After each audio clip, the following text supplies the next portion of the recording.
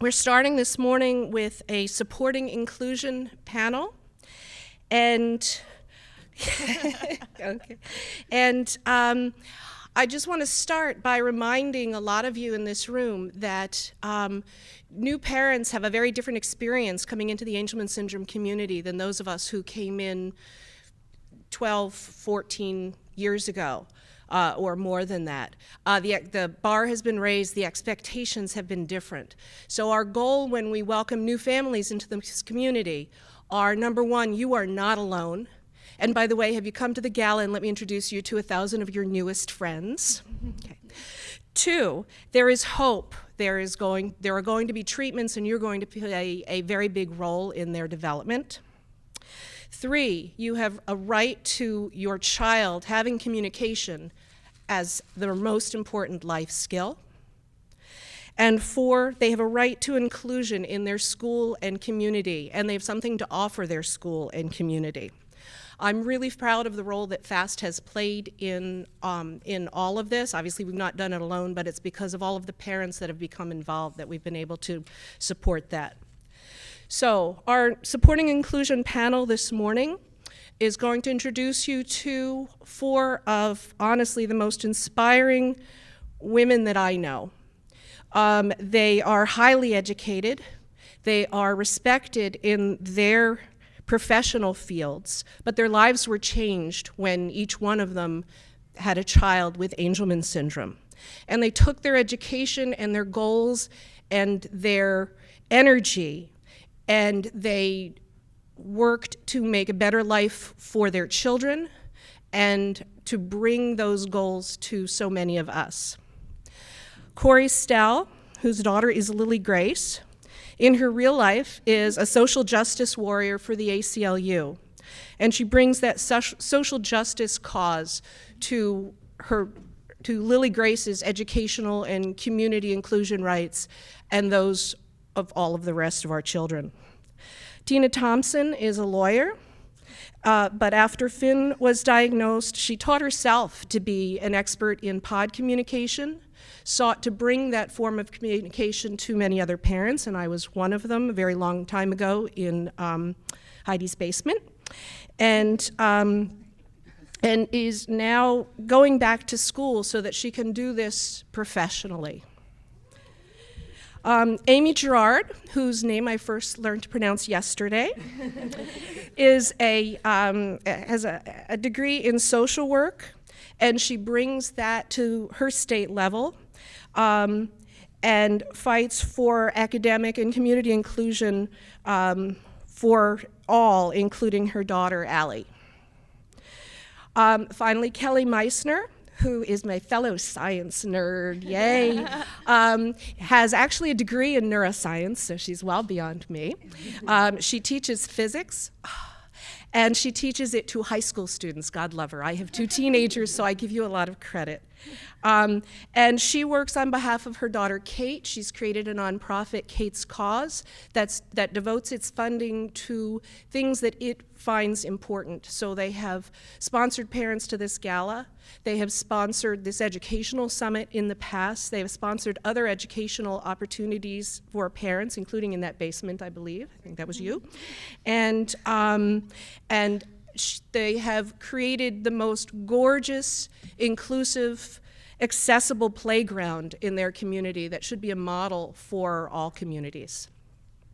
So I know that you will leave here as inspired as I have been. I wake up every morning wanting to make a better life for my son and using them as my benchmark for what we should be fighting for. So please give them a warm, warm welcome.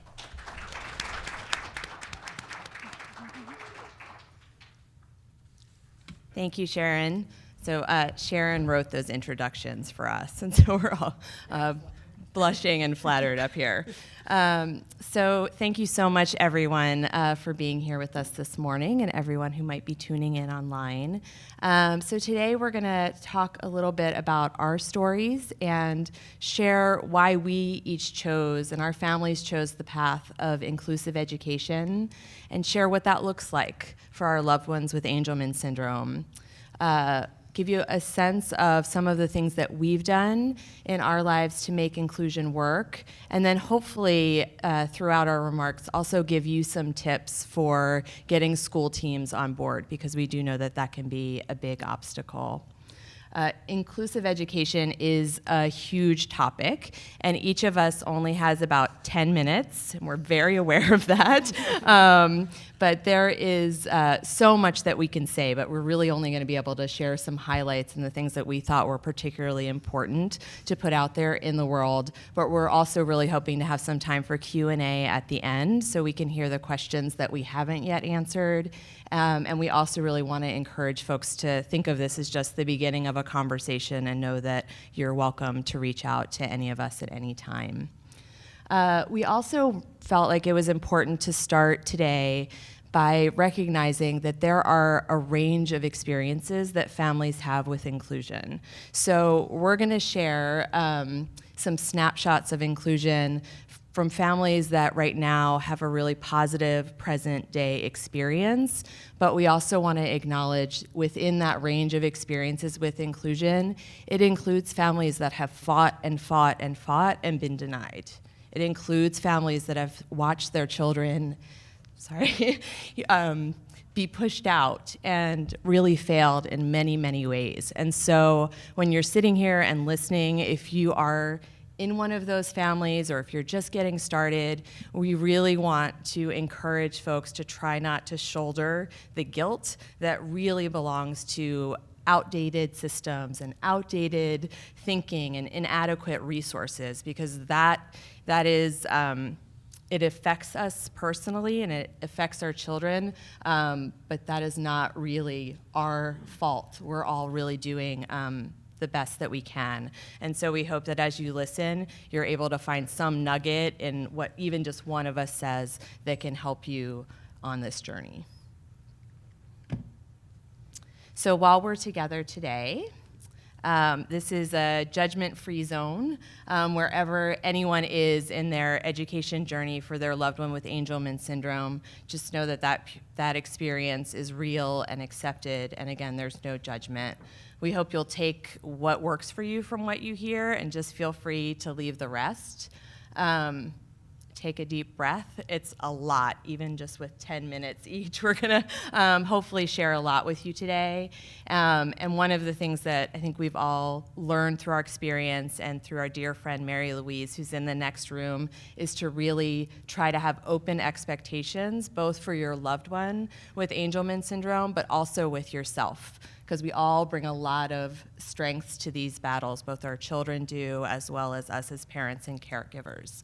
So we all have some fire deep down inside us, so let's really draw on that to see what's possible. Thanks. I will turn it over to Amy. Would you like the clicker? Oh, yes, thank you. Good morning. Thank you all for coming. I want to thank FAST for having us here, and I want to thank the panel of moms that are here up here today, because speaking about inclusion with these powerhouse moms is pretty amazing. So I am really pleased to be up here, and thank you all for making it up here on a very early Saturday morning. And I just wanted to talk about our journey with Allie and inclusion. I live with my husband, Chuck Crush, in Concord, New Hampshire, and I live with Josh, who's 17, and Allie, who has Angelman syndrome, and she is 11, soon to be 12, which is unbelievable to me. My professional degree is in social work. Sorry. And that has really helped me to understand Allie in a very different way. Social workers bring to the table a look at not just the diagnosis of someone, but also who they are, what their strengths are, what they have to bring to the table, what they can give to others.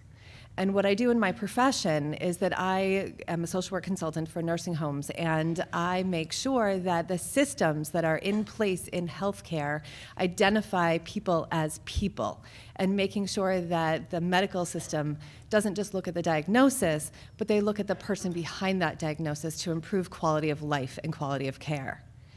And so I bring that to the table, to Allie, to the school, to everything in her life, so that everyone can see beyond the diagnosis. And that's really important, especially when you're talking about Angelman syndrome and some of the challenges that Angelman syndrome creates, such as behavioral issues.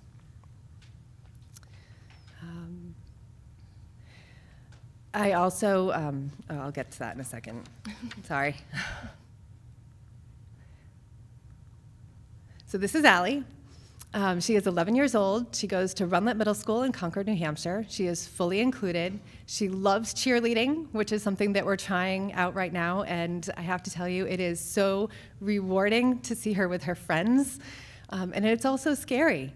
This journey of inclusion is a scary journey, but it is so worth it when you get those moments, like seeing her doing cheer.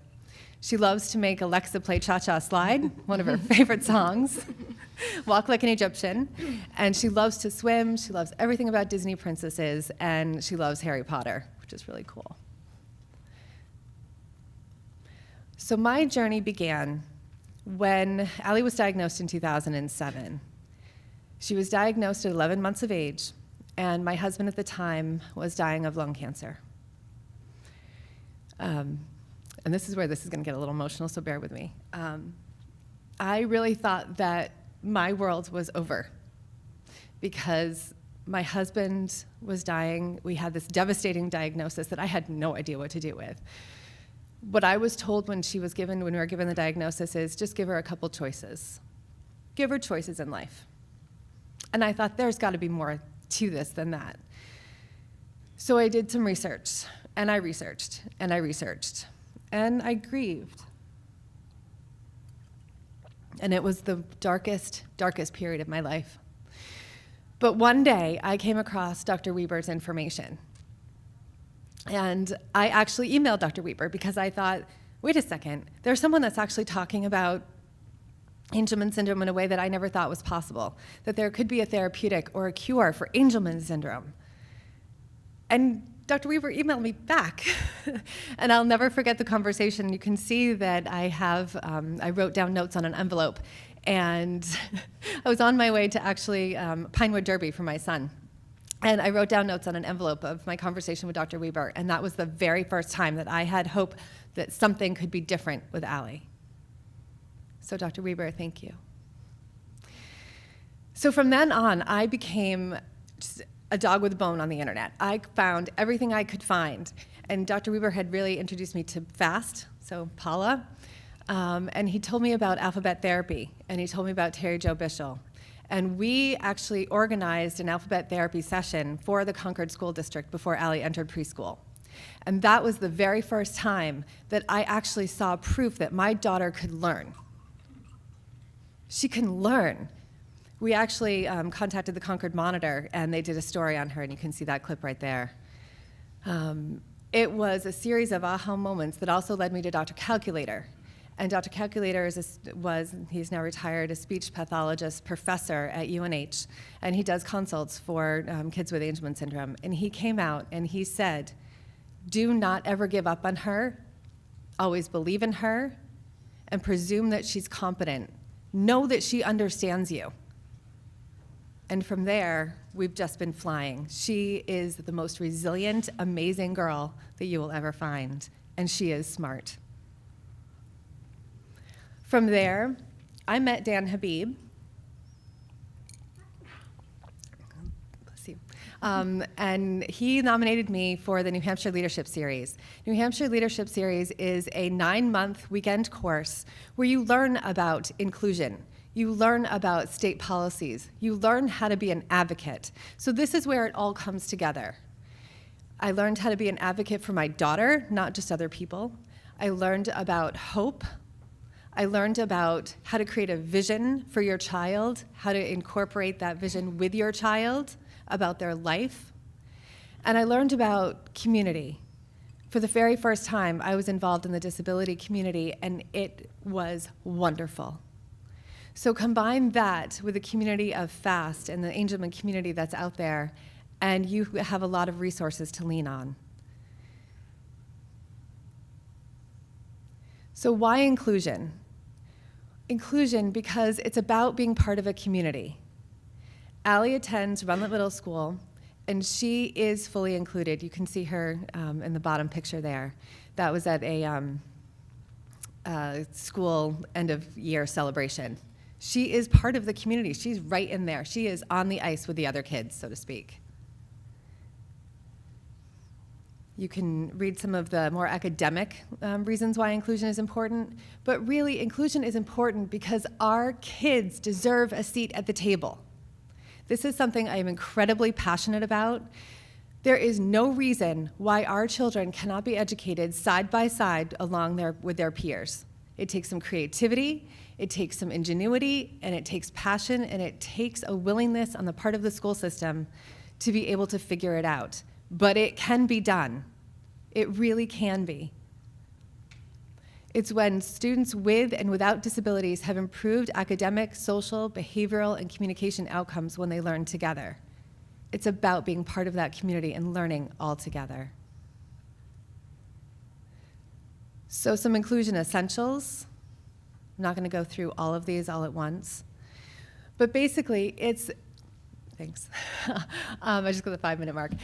It's about students learning together. It's about Allie learning alongside her peers, looking at general and listening to general education curriculum. And then when it's time for them to work on their own projects, she works on her own projects. And I'll show you a couple of examples of that in a minute. It's about children attending their neighborhood schools. It's about children not being segregated. Our children deserve a seat at the table.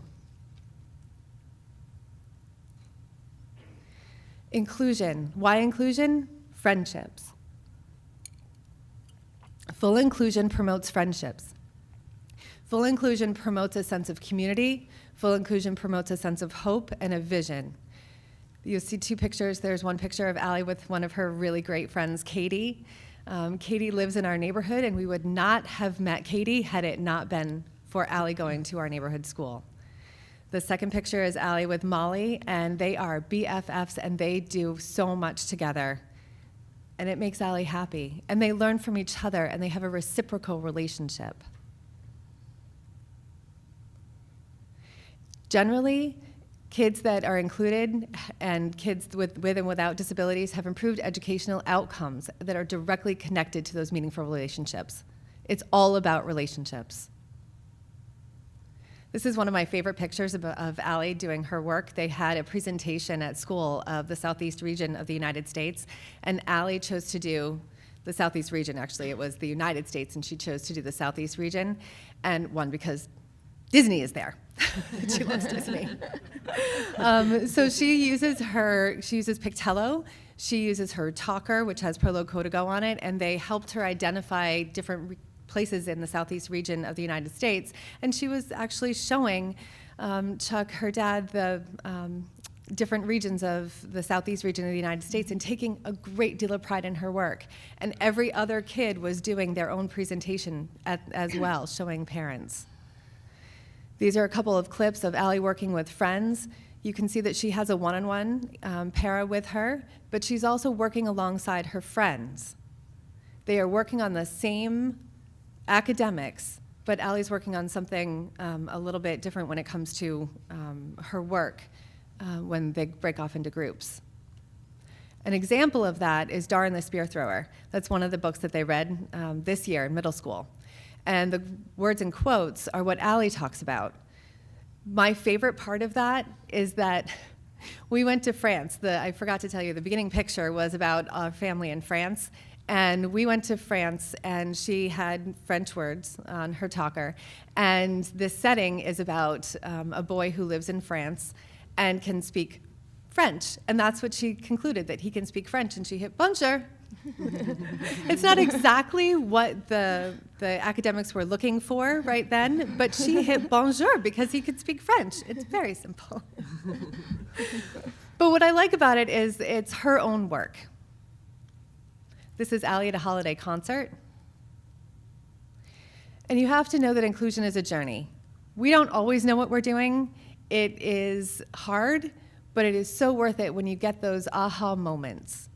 Always feel free to ask your school system why or why not can something be done. Let hope guide your way and not fear. Problem solve with the team and share with the team. Be vulnerable. Surround yourself with visionaries. This is something that's really important. So we have our family there, and we all have a different role to play in Allie's life, and I can't get into everything right now. But one of the things that we do is provide her support. My mom is a great support. Josh and Chuck are wonderful supports for her. Janine LaFochelle is a great support for her. She's our AAC specialist, and Kate Ahern, who unfortunately can't be here this weekend, but she is a wonderful support too. Surround yourself with people that get it. And I just want to take a minute, because I am running out of time, to introduce you to Andrew Dixon. Andrew Dixon is an adult. He lives in Concord, New Hampshire with his family, and he has Angelman syndrome, and he owns his own shredding business.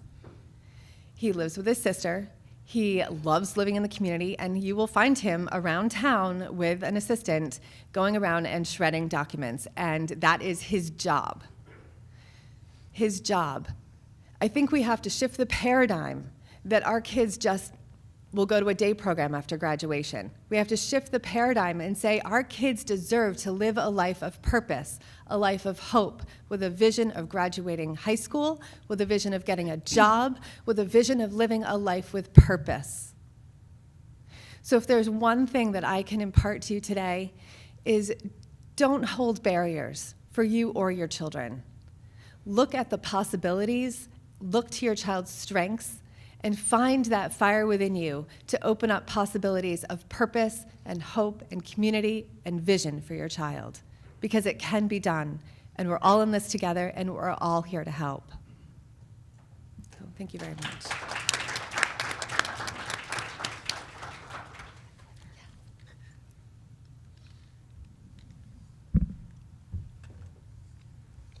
Hello again. And again, I'm Cori, and I am the very proud mama to Lily Grace, who just turned 10 this week, which is like, my mind is blown.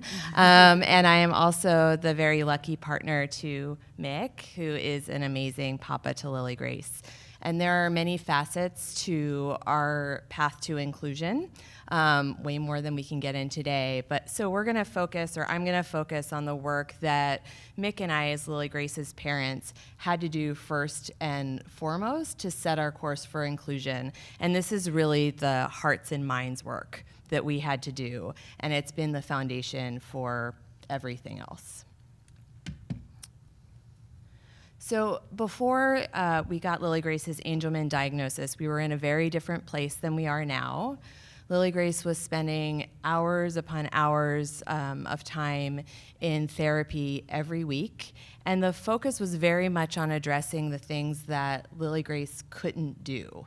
And it was a very deficit-based and very narrow approach to supporting her. And it impacted everything. It impacted how people understood her and the vision of what was possible. It was just assumed that Lily Grace would go to school in a segregated classroom with other kids with disabilities. And Mick and I, we couldn't really envision anything else either. It was pretty much the option that we knew about based on everything we had been told up until that point. And the messages that we were getting as parents of a child with a disability were very fear-based, and we were really scared about the road ahead. And then we got the Angelman diagnosis when Lily Grace was just a little bit over 3 years old.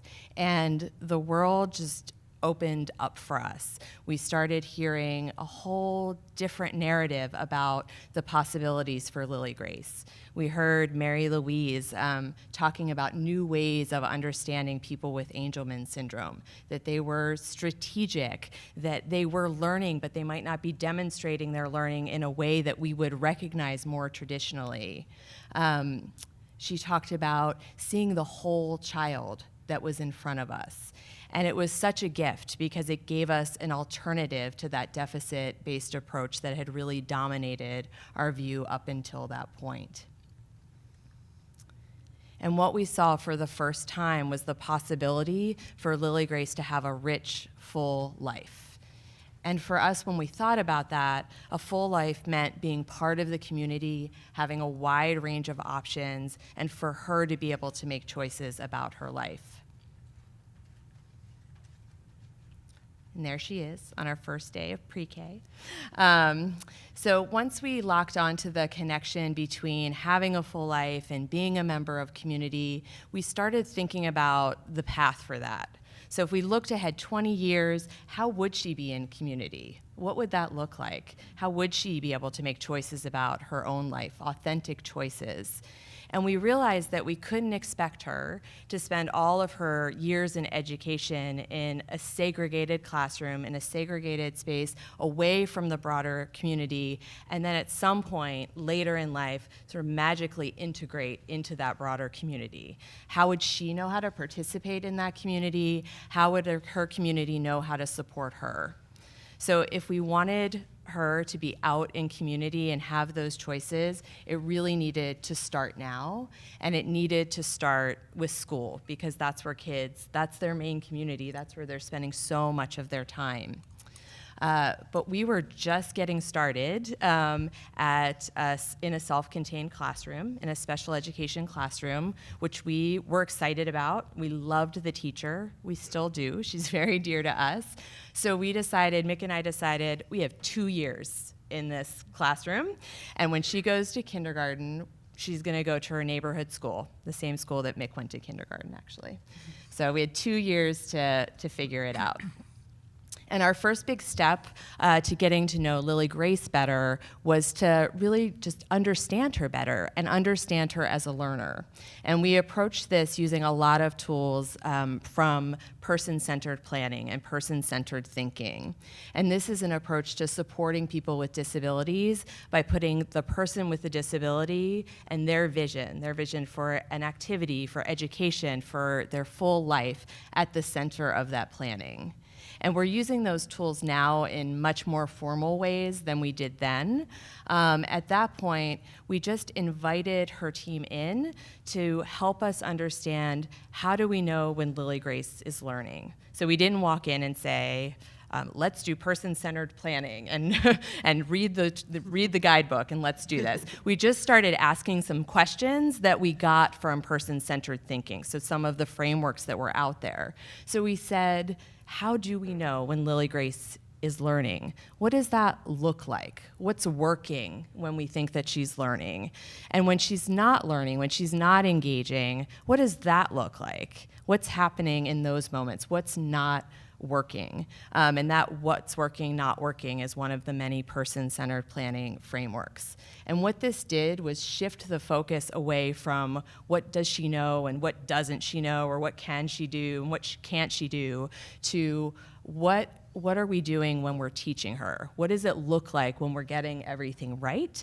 And what haven't we figured out yet? So it really put it back on the team and all of us to figure out how to build support for Lily Grace that was going to be effective. And it also helped shed light on everyone's understanding of Angelman syndrome, or lack of understanding, which gave us insight into what do we need to learn more about. Is it the sensory stuff? Is it supporting someone with complex communication needs, or something else? So here's a little secret that I'm going to tell to, I'm sure, the millions of people that are watching via the live screen, is that when we embarked upon this mission to change our course, we had no idea what we were doing. And we had, shocker, and we also, Mick and I, we couldn't really envision what it was going to look like for Lily Grace to be in a general education classroom. We didn't have models for that. We didn't know. And we thought at the time, the whole team, that a logical step towards inclusive education would be to do some mainstreaming time. So she's in a special education classroom, and she'll spend part of her day, maybe an hour or two a day, in a general education classroom. So that would be mainstreaming. And at that point, we thought we'd see something in there that would tell us when she was ready to be included. But what we ended up realizing that there wasn't anything that she was going to do that was going to earn her more time in the regular classroom. And being successful wasn't actually about what she was doing or how she was adapting. Success was going to be about how we, her team, figured out how to support her. And what you see on the screen there is another person-centered planning tool called From Presence to Contribution. And it shows the first step to successful inclusion is to actually be present. So in this context, to be present in the classroom. But it's also about having support to have presence, so to be seen and understood and valued, to actively participate in the classroom content, to connect with classmates and form authentic relationships. And to contribute, to give back to the classroom community. And we learned that she was going to need to be a full-time member of her classroom community and have the support of her team to identify and problem solve all the different obstacles that were going to come up along this path from presence to contribution. Another thing that I think is really important to recognize and very humbling to recognize is that another big step for me in this path was facing my own biases about disability. So this stuff runs really, really deep. The fear-based narratives around disability, the tragedy narrative around disability, it is out there and it is persistent and it is damaging. So I was really lucky to start seeing blogs from by people with disabilities, and I just searched for more and more of that, because who really are better teachers than people who have lived a life more akin to what Lily Grace is experiencing? And I came to appreciate on a really deep level that my experiences out in the world had been less because the voices of people with disabilities had been excluded from those experiences. And it made me a more confident advocate for Lily Grace, because I knew that the community needed her just as much as she needed them. She needs her neighborhood school just as much as her school needs her.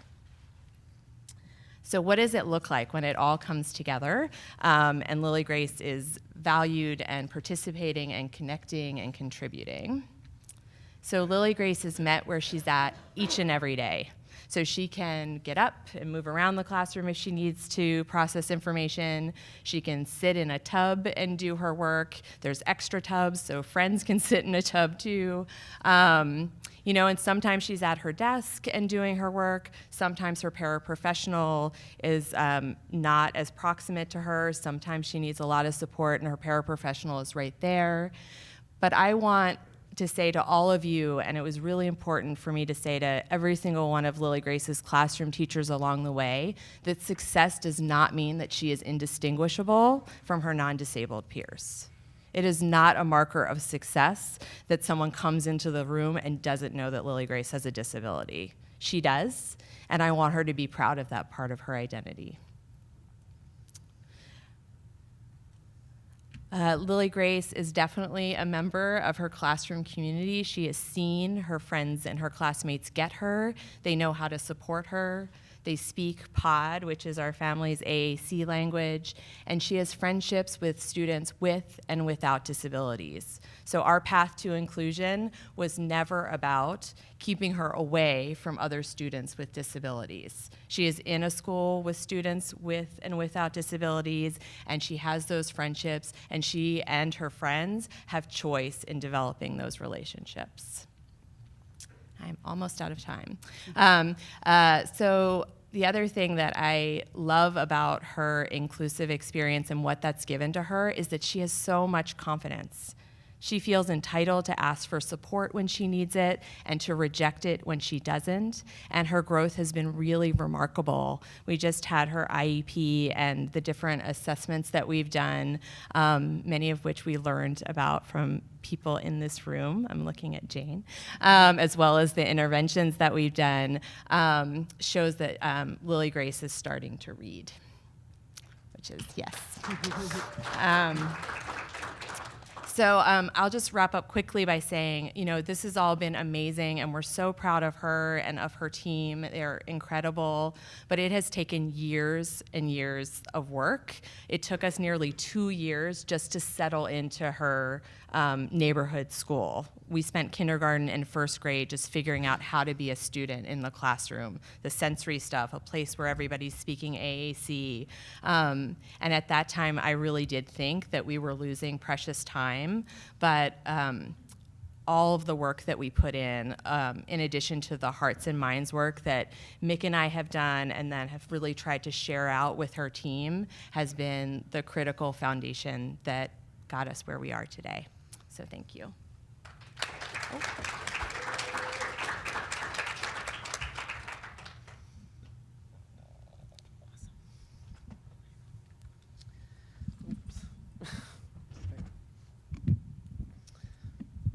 gonna actually take it out. All right, so my name's Tina Thompson, and I am Finn's mom. He is 11 years old and in 5th grade. And just a little thing about me, in addition to the parent perspective, I've also been a paraprofessional. So I was in an inclusive classroom as an aide to students with disabilities for 3 years. So I've seen the educator standpoint of this as well. And just a quick snapshot of Finn's journey, because he's been in a couple different settings. He started in a special day class segregated setting in preschool. He's been in a private school. He's been in a hybrid model charter school where he was part-time homeschooled and part-time in general ed. And starting in 4th grade, he transferred to yet another charter school that was local to us, and he's included 5 days a week in gen ed. And it is a inclusion school that is their model, so we're really excited for him to be there. So for us, when we looked at decisions about placement, it really came down to what are our ultimate goals for Finn. So the goals that were most important to us that we wanted him to accomplish in school was first and foremost communication. So, and I'm not just being able to request things, but to express opinions, comment, share his thoughts. That's like sort of the number one thing. Literacy, I really, really would love for Finn to read and write because that just opens up so many doors to him. Then social connections, make and maintaining friends, being a contributing and valued member of his classroom and community, developing, pursuing, and sharing his interests, autonomy, self-determination. Those were sort of our goals. So why inclusion? Well, when we looked at those goals, that was really the best place to meet them. An inclusive placement has rich models of communication and literacy, exposure to lots of topics and interests. Finn is really socially motivated, as all of our kids are. Peer models is something really important to him. And Finn also is an only child, so he doesn't have sibling models at home. So for us, it was even more important that we gave him those peer models at school. And then we just thought, we want an inclusive life for him, and school is what prepares him for life. So inclusive life starts with an inclusive school placement. Okay. In addition, opportunity. So there's this great quote that Practical AAC has up. Perception drives expectation, expectation drives opportunity, opportunity drives achievement, and achievement drives perception. Opportunity was an entry point that I could change by changing his placement. That's one thing that I was able to change, and it's something that occurred to me actually way back in preschool when we were fighting about 2 different segregated special day class placements. So school was suggesting a very moderate, severe classroom, and we wanted a slightly different classroom. It was still a segregated placement, and we ended up winning that fight. He went in that placement, and during that year, he learned to wait in a line, stand, and walk across campus in a line because the recess was like, from the classroom was like way on the other side of campus. So the class had to line up, wait, walk in a line.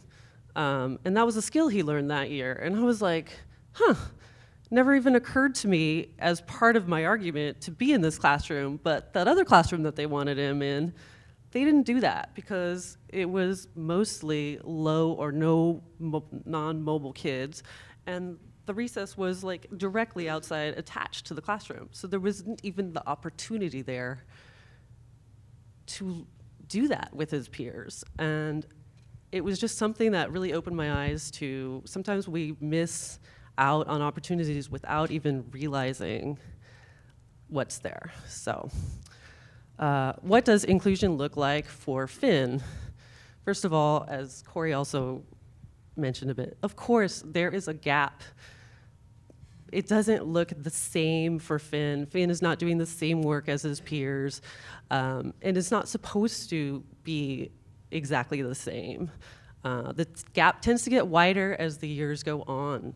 But for us, as long as Finn, compared to himself the year before, is making progress to his ultimate goals, those goals that were listed at the beginning, then we view that as a success. It's not really about how big or small the gap is, and it's never been about catching up. So this idea of, well, let's just mainstream him a little bit until he gets closer, like that's not gonna happen. Our kids, the gap is getting bigger, not smaller, and that's okay. It's still possible, as Amy also mentioned, to include our kids. And I know some people hear that and they think, yeah, but not my kid. And I get that, because every year I get really nervous about Finn in the next year and the new expectations, more academics, higher expectations. How is Finn gonna possibly do this year? And year after year, he reaches, like, he just smashes those expectations. When Finn was in preschool, his assessment said that he had a 2-second attention span. 2 seconds. How is a kid with a 2-second attention span supposed to be in a general education classroom and learn and attend and sit? So this is Finn in 4th grade. Here he is in his 4th grade classroom. This took time and practice. It didn't just happen overnight. And it doesn't look like this all the time. This is a great moment captured. There he is, attending like all his other peers, sitting there. That's his para in the very back. So his para's not sitting right next to him. But I'm reminded of a quote from, I heard it first from Erin Sheldon. I don't know if it's her quote or not, but she said, "You can't learn to swim in the parking lot." So you have to get in the pool. You cannot learn to sit in a general education classroom without being in a general education classroom. So he learned to do this because he has been in classrooms where this was routine and expectation, and his peers did it. And he's socially motivated to do so. He wants to be where his peers are. This doesn't mean he doesn't take breaks. Of course he takes breaks. He has a sensory corner, his beanbag, body sock. Maybe he goes out to the garden or the play area. But his aides tend to say, when I take him outside for a break, he really wants to be back in class. He wants to be where his peers are. He's assigned class tasks that are amenable to these needs. He can be the messenger so he can get up and move. He can take the recycling out. But these are tasks that would be assigned to other peers, if not to him. This is another concern I often hear, but my kid has such challenges with personal space. Yeah, so does Finn. He likes being in your space. we've had a couple different school experiences on our path, and we've had a couple different approaches to this. Previous school thought, we just have to extinguish this behavior. They suggested an IEP goal of Finn keeping 2 feet of distance from all peers, which was just crazy. And his current school was like, no, this is something Finn really needs. So let's make sure that when we walk in, we give him a big greeting, we attend to him, we give him high fives, we give him hugs, we give him attention, and his peers, like, they love him, they come and they hug him and they tussle his hair, and he likes to lay on his peers during breaks, and his peers aren't okay with it. But when he pinches or he grabs them, then they're not okay with it and they remove themselves, and he's like, whoa, wait a minute, what's wrong? Get back here, I like being by you. And so that's been more effective. What does meaningful participation look like? They were reading Wonder, the book Wonder, and they asked, if you were Augie, would you go back to school? How would you feel? And for Finn, other kids, maybe they wrote this down, they've had a paragraph, a little essay. Finn, his aide got a Post-it note, they opened up his pod book to his feelings page, and he really nailed this one. I mean, he says no, and his answers there, I don't know if you can read them: afraid, frightened, grumpy, embarrassed, and humiliated. Now, his feelings page that's open there, it has other words on it. It has proud or comfortable. He could have answered yes, would be fine. But all of what he answered, it really makes sense, and it goes in the same way. And this didn't happen overnight either. This was a great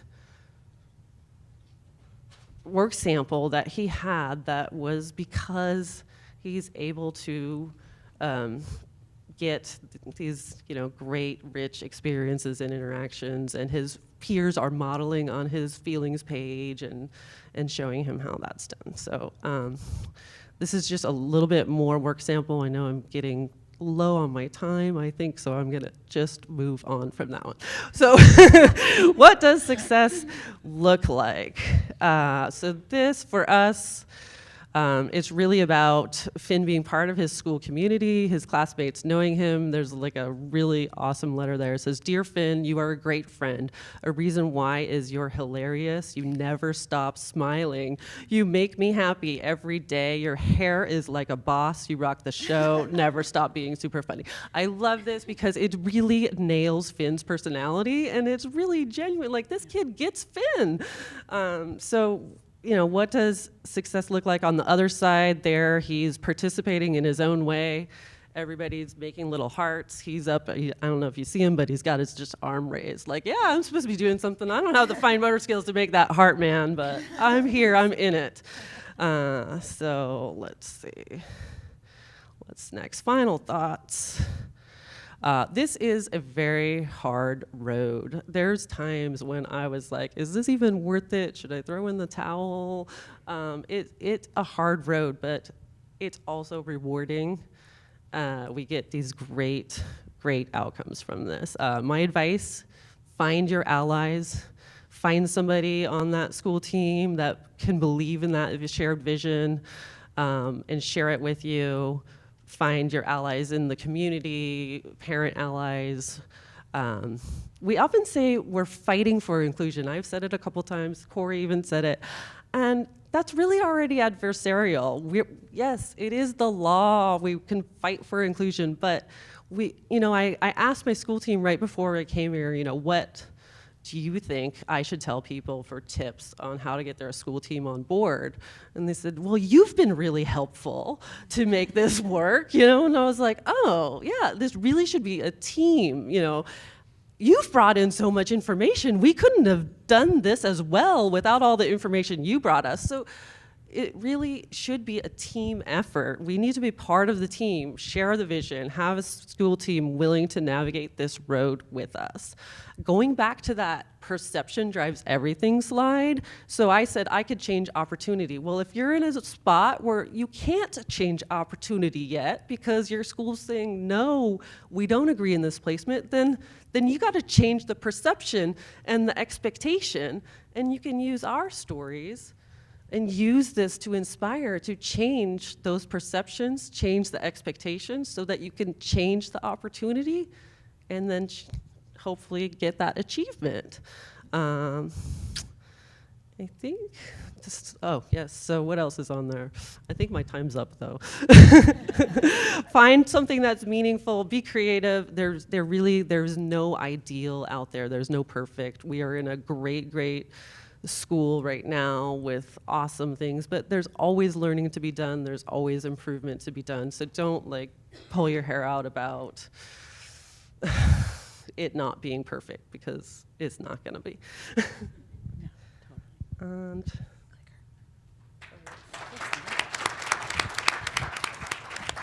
Thank you. Okay. I love microphones, so hopefully my sound is pretty good. Is that good? Awesome. Hi, everybody. I'm Kelly, and I put this phrase up. I put this phrase up because it's one of the things that really kind of has motivated us as a family on our journey for inclusion, is that we don't want to keep doing things the way they've always been done. That's actually not how you move forward, and it's not good for effective change.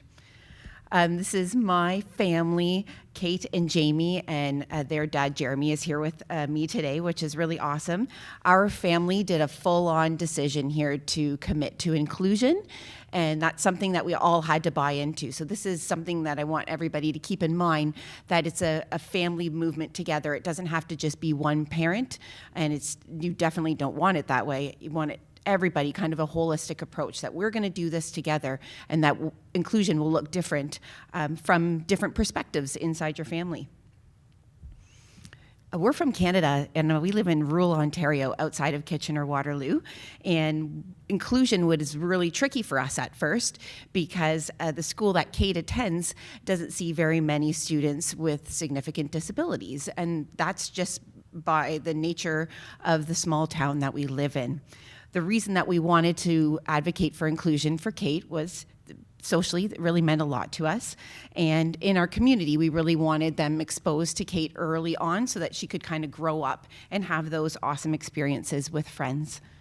We really wanted the education to be centered around literacy. We really worked hard to get school teams to see that our daughter is on a literacy pathway, that we are working, whether it takes a really long time, we are working to get her to read and write. That is one of our biggest goals. And we really wanted the school setting to be a spot where there would be lots of people around that could help her model her device, her augmentative and alternative communication device, her talker that she uses, and the light tech that she uses. We really wanted there to be lots of options there, and that's something that you're really going to get in an inclusive placement, because the students love to help with that. They love having another iPad or another pod book handy so that they can be modeling it too. They're some of the best resources at that. It's amazing. I think it's really important for us as an AS collective, as an Angelman syndrome community, to realize that over the last, maybe, what would you say, almost 10 years, we have shifted the view for Angelman syndrome, and we need to do the same thing for education.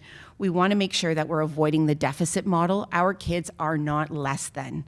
We want to think about why we make school choices, that we make these same choices for all of our kids, right? The same decisions that we would do for any neurotypical child, we're going to apply that strategy for our children who live with Angelman syndrome.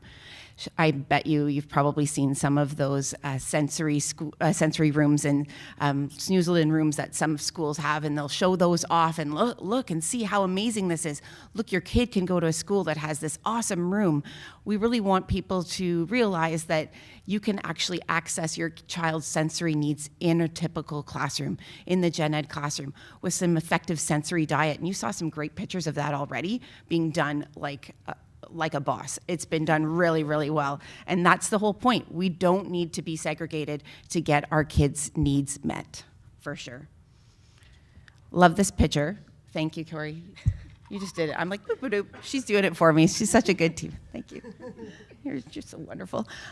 Love this picture of, you can see Kate there. She's in the bright yellow shirt. And it looks like a staff member took it on purpose with everybody else blurry and she's focused, but that was just by accident, and really helps to show that we can be right in the mess of things. We can be right in the thick of things. Our kids are totally participating. So that's what I want you to think about, is that, yes, you can expect to send your kid to a typical school for sure. Thanks, Cory. Something that Kate's peers have been really important with and helping support her is that they can participate in things like shared reading. Some of the techniques that you're going to hear from Jane Farrell and Mary Louise Bertram today, they're all awesome strategies of how inclusion works. So you want to make sure you get to those sessions for sure. The other thing that's really important for us, and Cory mentioned this earlier, is that inclusion is great for Kate, 100% fabulous for Kate, but it's also really good for the kids around her. Also really, really good. And that's one of the things that we really help push the mark with school team, is that this is really important for students to realize that everybody needs help. We all need help. At some point in our lives, we all need help, and there's nothing wrong with needing help. And we can all do things to help each other out. So I love that that's something that these kids in Kate's classroom are learning at a young age. Okay, I'm gonna flip up. Ready?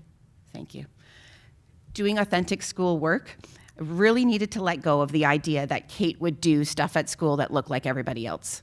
If that's what I thought was going to happen. Well, she's going to go to an inclusive school and look, it's all going to be great. She's going to do everything that's going to look like everybody else. Standing in line is a perfect example, Tina. Like, Kate standing in line looks very different, right? That's not really what is authentic for Kate, and that's not really what I really mean by inclusion. I really needed to accept the idea that, yes, she lives with Angelman syndrome, so this means that I had to embrace the reality that Kate will drool, she will wave her hands, she will pull hair like nobody's business, and she will give over-exuberant hugs. It has taken a lot of time and effort, but since the adults in the room all model that it's okay to do these things and be different within realms of respect, then the children around Kate have actually accepted it and learned how to support her in it. There's no worries about how different we look if we're drooling or waving our hands anymore. They've accepted that, oh, that's what Kate needs to do at this moment in order to keep going and to participate.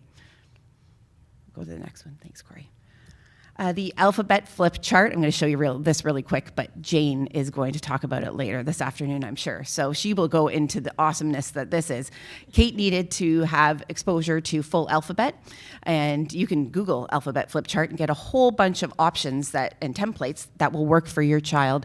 So Kate uses an alphabet flip chart to have access to the full alphabet, and the classroom teacher will give her prompts. The EAs will give her prompts, and sometimes it's actually pictures of cartoons that they've drawn themselves, or it's something like that they've cut out and put into her journal. We know who that is. This is what Kate wrote. She used her alphabet flip chart to say, Jessie. Isn't that awesome? That's so cool. It really shows that our kids with Angelman syndrome can learn from synthetic phonics as well as being taught sight words, see, just like everybody else, right? So cool.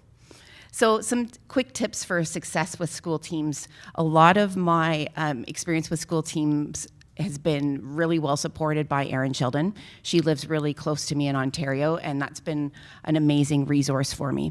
One of the things that she always suggests, and Mary Louise Bertram always suggests to us, is it's okay to take a friend into meetings with school teams if you need to.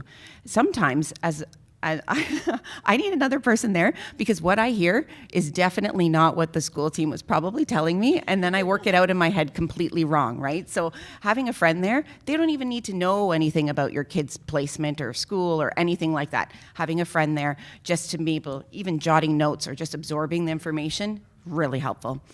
I think the other thing that we want to keep in mind is that what we can do regardless of their support, what we can do to support the kids, regardless of their placement, is their friendships. We can really facilitate friendships.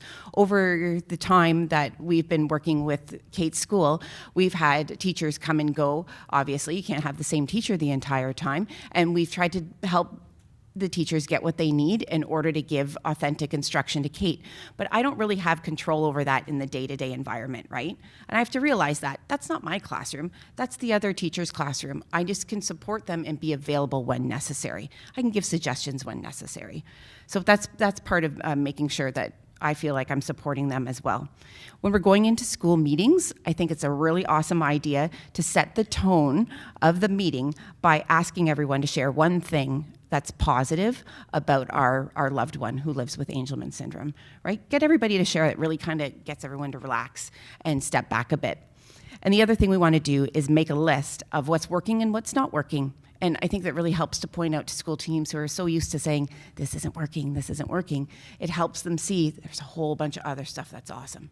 And that we can use that awesome stuff as a springboard to do better things for our kids. The important thing to remember is that these investments for inclusion, they can cost us a lot of energy and time, and you just need to be protective of yourself in those moments, right? It can't cost us too much. One of the other things we do to model inclusion is and help the school team to see that we really believe in inclusion in all aspects of life is we do regular stuff as a family. So we take Kate swimming in dark lakes with support. Look at there she is. She's going swimming. She's on the back of that's the dart. It's a little inflatable thing behind a boat. We pull around on that. My husband's not very happy about that idea, but it's super fun and she loves it. Arms are just going. She's just having a great time. So I guess what I should say is that we take appropriate risks, just like we would with all of our children, right? We take appropriate risks with all of our children. And we take her on roller coasters and trips, and we model that. That's really important for the school team to see, right? That we're doing this. And it's really great for building stories in Pictello that can go back and forth to school. Thanks, Cory. The other thing we want to keep in mind is sibling interactions. Doing typical things with your siblings really helps. So there she is taking a selfie with her brother. We really wanted to develop a positive community culture, and we need to make sure we're sending that message that disability is not a bad thing. Even our siblings need disability mentors. So our siblings need to actually have exposure to other siblings who live with a sibling with disability, and they also need exposure to other disability mentors that are not our kids. It can't be always our children, right? We need to be careful that we're not isolating ourselves and isolating our kids. Finally, something that we do that's really important to us is to find a balance. This is pictures of Kate going to her Arts for All dance class, really close by. And the Arts for All dance class has a lot of different students in it, with a lot of different disabilities. It's really important for us that we promote Kate's autonomy above all else. That inclusion is actually a strategy towards her gaining that autonomy. So we want her exposed to everything that she can be exposed to. She still needs the experience of people with disability. It's good for our kids to see that they're not the only person living with a disability, because diversity is actually the key to life. And I always try and keep in mind that it's got to be really hard to be the only one who doesn't use typical verbal language. That's a big thing we're putting on our kids, and we need to be respectful of that. So we like to learn about the culture of disability and build a community around that. Your child is part of a disability community that exists worldwide, and I would encourage you to connect with that community. It's going to give you so much support. Really, really important for us is that Kate has the opportunity to work out who her tribe is and find people from all walks of life. What that looks like for her, it has to be her choice. So when we're finding balance, we actually mean we're exposing her to everything in every opportunity that we can, because that's really important for her future for sure. Thank you. Thanks for cooking.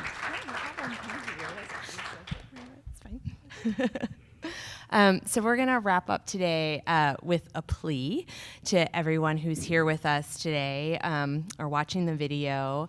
And this is really based on how hard we know we as parents and caregivers can be on ourselves whenever we think about something that we wish we were doing, or we learn about something and we're like, why am I not doing that yet? Is to please forgive yourself. I know that can be really hard for us to do, but it's really important. And know that there's never going to be enough time or money or capacity to do everything that we as caregivers want to be doing. Some of us were talking about sitting in sessions earlier on in our experience with Erin Sheldon, who I think many of us have learned so much from.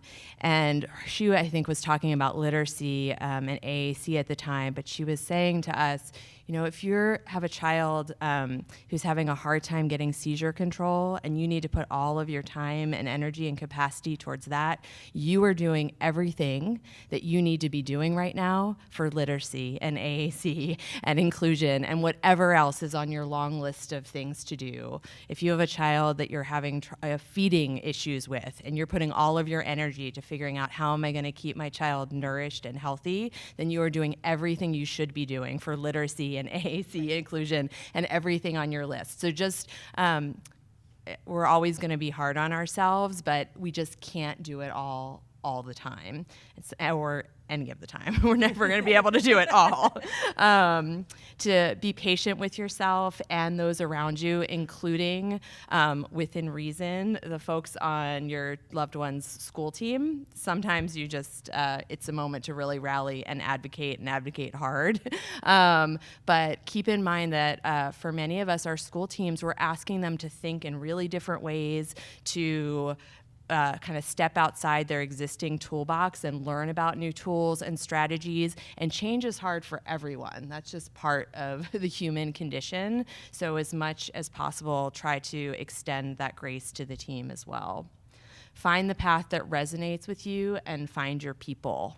That has really, I think, given me so much energy to know that my people, they are my lifeline when things are hard. To ask for help and to take it. Sometimes we can get really stuck. I'll speak for me. I'll use an I statement. I can get really stuck in process and trying to figure out what it's going to look like and put that perfect plan together. And the reality is, to what Tina said before, that it's just never going to be perfect. And so sometimes we just have to get in there and let it be messy. And then as we're learning, we can't do any better until we have the knowledge to do so. So once we know better, then we can do better. And then again, just kind of go back to the top of the list and forgive yourself for what you didn't know before.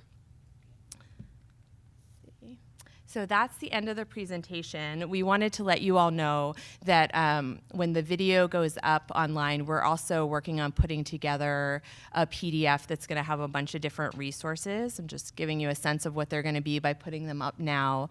But they will all be up there for you once everything gets online. That's it.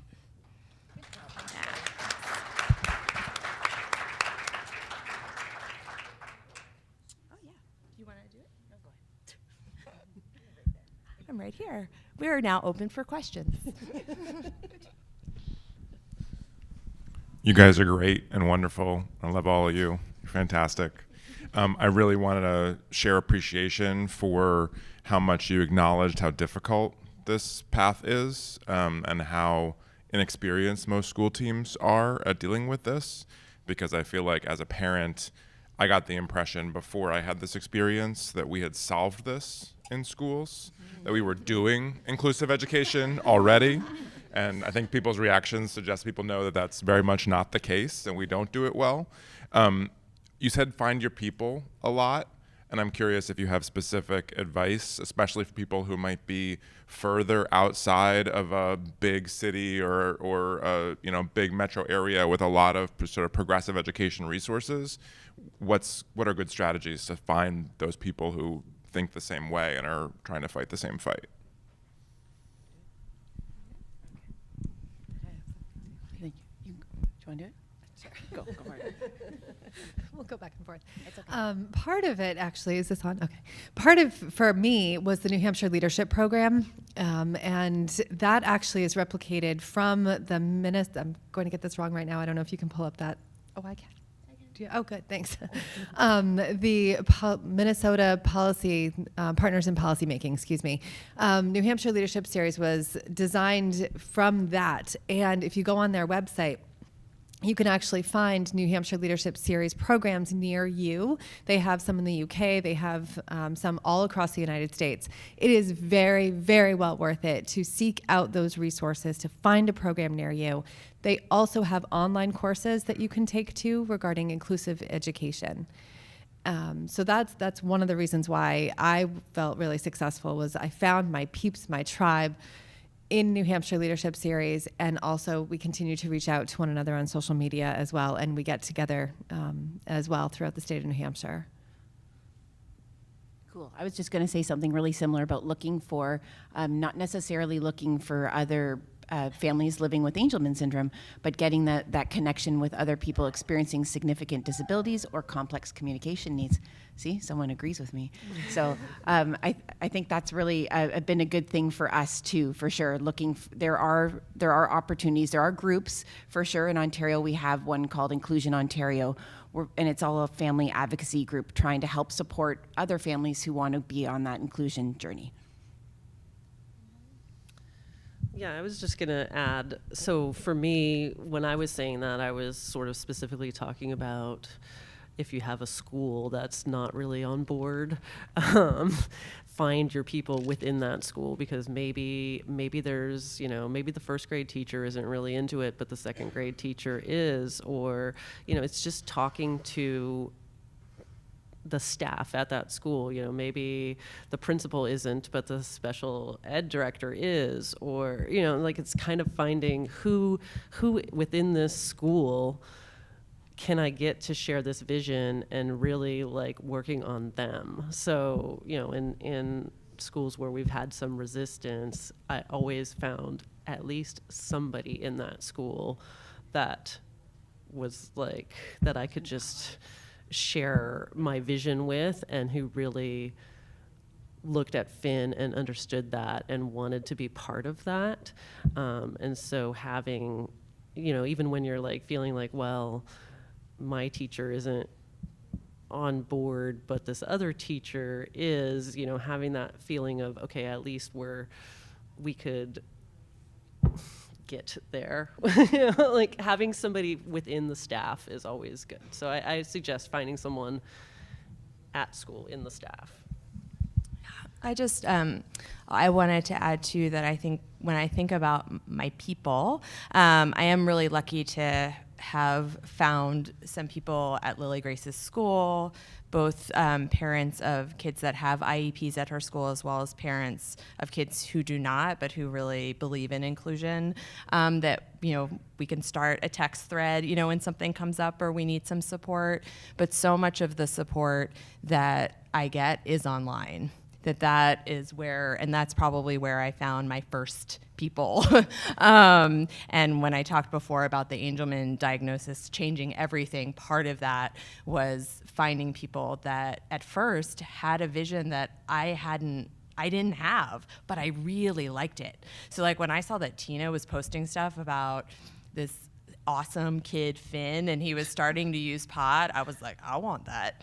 Hi Tina, friend request, and so I just, as you're in Angelman groups, there's the Angelman literacy group that has a lot of folks that are thinking about a lot of the stuff that we talked about today and the stuff that Jane and Mary Louise will be talking about later. So don't hesitate to reach out. I have found the folks in our community, as well as the professionals that have shown up a lot in our community spaces, to be so incredibly generous with their time. Thank you. I'll echo the comments of the past question. Wonderful panel, and thank you so much for sharing your expertise and your journeys, because we all learn so much from the path that others have paved before us. Much of what you've talked about today deals with public school settings and deals with what it seems like is that pathway from kindergarten on. I've got a very young child. He's in a pre-K program through the public school system, but it's only a couple days a week and only part of the day. And so I'm curious if you have any advice for how you might translate some of the work that you've done towards assisting private daycare settings or other areas that also supplement the school settings that we have. So we actually tried to start our inclusion journey in preschool. And so we were partially in preschool at segregated special day class setting, but we also dallied with some private preschools outside, which I was really trying to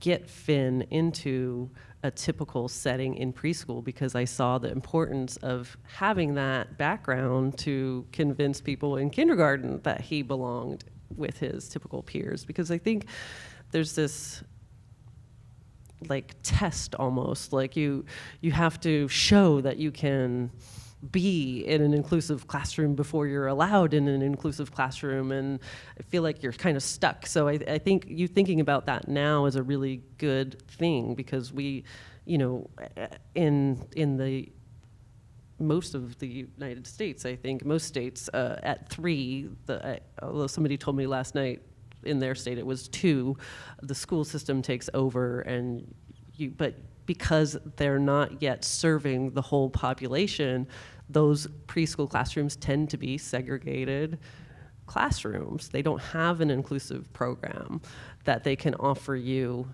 at the school setting. And so we did some, like, where we only put Finn in 3 days a week into that school offered segregated placement, and 2 days a week we put him in a private preschool so that he could learn that model. And so when we got to kindergarten, we actually pulled him out for that year and put him full-time kindergarten private school, so that we had our status quo of, but he was in a typical, you know, he was in an inclusive classroom for kindergarten, so this is his status quo now. This is where he came from. But it's finding that placement where they're going to work with you. Like, not every preschool was open to that. So it's really finding where is somebody going to jump off this bridge with us and say, yeah, let's try this. You know, let's go down this road and try it. So. Thank you for all that you're doing. I'm going to come at it a couple ways. My son is 23. So we've gone through the school piece, and it was very, very hard, but it was very, very enlightening. I am a public school teacher and a public school administrator. So I left that scene and went to Kids Included Together, a nonprofit out of San Diego that is working on just this. Just this year, they've been doing preschool and after-school programs, inclusion practices, trainings for 20 years. Just this year, we're launching inclusive schools. For this reason, teachers haven't been given the tools to know how to do this, and parents are who's leading the way for them. That's what we're going to do. That's what my job is going to be, is to go across the nation and help teachers understand how to help kids with disabilities, because you're absolutely right. It's about the friendships, and it's about being present in the classrooms. So thanks for what you've been doing. You're helping lead the way, and we're going to continue to move this forward.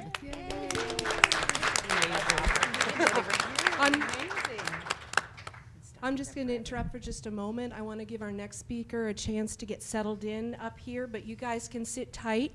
We've been running right on time. I want you to know I'm not a taskmaster. I was begged to give them time checks, so you know, I'm mostly to sit back. Oh, go ahead and chat, but I was told to do this. But I'm going to ask the AV crew to help get Jane settled up here. I'm going to let the QA continue, because even though we are right on time, the folks next door are going to join us for Jane's sessions, since Kate Ahern could not join us for this weekend, and I'm planning to get started with Jane at 10:15. Okay, so, but I think we can continue the QA until then, as long as you guys can support Jane in getting herself settled. Yes? Sounds good. They're a difficult bunch. And I don't know what you need to get. Hi. Thank you. I echo those sentiments from David and the gentleman before. Our daughter's 4 is just starting to transition into some more academic tasks within her school. Super inclusive, super progressive school, but they're starting to do things like sorting by attributes and things like that. And that shift is different for us because all of our therapists take a very open-ended approach to things, which is fantastic and has helped her develop language. But it's a different world for us. Both my wife and I are educators, but we still haven't made that shift. It feels unnatural to us, right? It's a change. So I'm wondering if you have any insight into the shift where things start to become academic. Tina, you had an example of it in your presentation, but I'm just wondering generally, how do you work with the teachers to understand that they still want to make sure that there's basic expectations there for learning, right? And inclusion generally, and not to have them sitting doing something else with buttons, right? But actually trying to get at some of the core objectives of the lessons. I think that's an excellent point. And I think inclusion means kids with and without disabilities learning together in the classroom setting. Kids with disabilities being exposed to general curriculum and then working on their own stuff when it's time to do work, not being pulled out for therapies, being included every single step of the way. And what Allie does, as you saw in the Dar and the Spear Thrower example, is that they were reading Dar and the Spear Thrower, and then they worked together in small groups. While the other kids were literally writing paragraphs, she was focusing on some words and answering some questions, but it was all appropriate, and they were all learning the same thing. So for teams, you really have to help them get creative. There are apps out there that will really help, like Raz Kids, the whiteboard, a whole bunch of other stuff. I'm not an educator, so I don't know all of that. But a whole lot of stuff that they just need permission and time to collaborate as a team to be able to understand how your child learns and to be able to move their learning and education forward using creativity. Yeah, I'm going to add real quick, if that's okay, that listening to Jane and Mary Louise today will be game-changing for you, for sure, and that'll give you some strategies that you can take back. As an educator, you probably know that the training that you get, you don't get this stuff that you need, right? You don't get this stuff in teachers college. It wasn't part of your undergrad, and all of this, we are doing all this learning on our own time, and then that's what we're going to ask of our classroom teachers for our kids too, is that they learn this on their own time. So take lots from today and then approach it with your school team in nice small bits that are manageable. So like if you pick up something like shared reading or alternative pencils today, those are 2 great things that you could probably rock for a couple of years, right? And let that school team build their capacity and build their strength, because they're gonna get really, really good at it and then want more. And it just can't be too much at once, right? So pick something that you really like from today, because you're gonna get great stuff and go from there. What do you think? I think that's great. And I think as you were talking and you're like, and what do we say to school teams? I was like, say exactly what you just said to us. Really, I think sharing your vision and what your priorities are and having that conversation as a team and inviting the team in to help you think about if your first priorities are really our communication and literacy, to really, and it'll take time, but to think about the activities throughout the day and think about if we're studying the solar system and what I really want to think about is communication and how we're going to support communication, then let's think about the activities that we can do. How can we use our child's AAC to describe the solar system? How can we bolster language within the context of what the content is for the classroom? One of the things that our team has done over the years is create sort of a calendar to talk so that everybody's on the same page about sort of what are the pragmatics that we're really focusing on and what's sort of the literacy strategy maybe that we're focusing on, at big chunks of time, and then what's the classroom content areas that are going to be happening. And then we try to build the bridges across all of those things and thinking about, then we go to the toolbox and all the stuff we're going to hear about from Mary Louise and Jane and stuff that Erin Sheldon has put out. There's so much now out there on the interwebs and webinars and PDFs and everything, but I think that first piece is really focusing in on like what are your priority areas and then how can you really bolster those, and with the connections to the classroom content. Oh, maybe one more? Looks like we have one more, and then we'll wrap. Well, yeah, get out of Jane's way. Yeah. My question, I want to thank you for sharing, and you've shared a lot of the positives that eventually have come. We have a 6-year-old, so she's just starting kindergarten, and we are in a very small rural area, so we are having kind of introduced to a school with not a severe disability. So one of the things that we are struggling with is getting them to change the way they want to do things. Do you have any tips for things that you guys have went through to that got the teachers there to help? Because we have a few that are very open. The teacher that she is included with is very open to it, but she doesn't really still know how to do it. And the other course thing that I think most angels struggle with is the communication home. So we send her to school every day. We get a little bit of stuff. So the way that you got your teachers to communicate with you. Yeah, sure. For school communication, I got this idea out of Karen Erickson's book, 4 Blocks. Writing, is that right? Yeah. 4 Blocks. You can Google that book. It's got a great strategy of using a Big Mac button, and we actually we let Kate choose a message maybe something fun that she did last night, and then she selects it, and then we record it in her Big Mac button, and that goes to the class, because they do community sharing every morning, and all the kids say something, and some kids just really struggle to speak in front of lots of groups, so this really kind of is good for everybody, and Kate shares her message, and at the end of the day, they're doing the exact same thing, and so a message comes home from school, and that's been really meaningful, instead of just getting circled symbols of, oh, you did science, oh, you did this, right? And then we have another mechanism for the toileting schedule. We use a Google form to report the toileting schedule back and forth. But this seems more authentic and more student-driven, and I'm much happier with that. And then I think something else you asked about, the rural piece, right? That getting on board, because they don't know enough of the information, right? I think if you can accept that you're going to learn some stuff today, that you're going to be able to help teach them, and that you're willing to help support them if they want your suggestions. If you can, try and look for release time so the staff can talk. Like, if that's what they really need to do, is problem solve amongst themselves. The staff need that kind of, if they can take a day where they can talk and learn about some of the stuff, that get them to watch the YouTube videos that are getting recorded today. Like, that will be game changing for them, and they'll learn some stuff about what they can do, and then go to apply it from there for sure.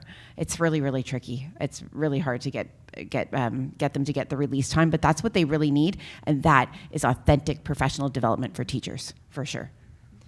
Absolutely, and I just have one more thing to add, is that teachers and school teams need to have a vision. And if your vision and your child's vision is just matching pictures and objects, and that's where it ends, that's where it's going to end in school. But if you have a vision to give them, that I want my child to graduate high school with a diploma, I want my child to be part of the community, that will start opening doors for you, and those open doors start possibilities. One thing that I would suggest giving to them is including Samuel. Samuel Habib went to Beaver Meadow School in Concord, New Hampshire. We know Dan and Betsy. We know Samuel. They are part of New Hampshire Leadership Series, and it will provide that vision of having someone included at a young age, actually it's elementary school, so that it will forge the path for inclusion from elementary school to high school and beyond. Everybody. Thank you, everyone. Thank you.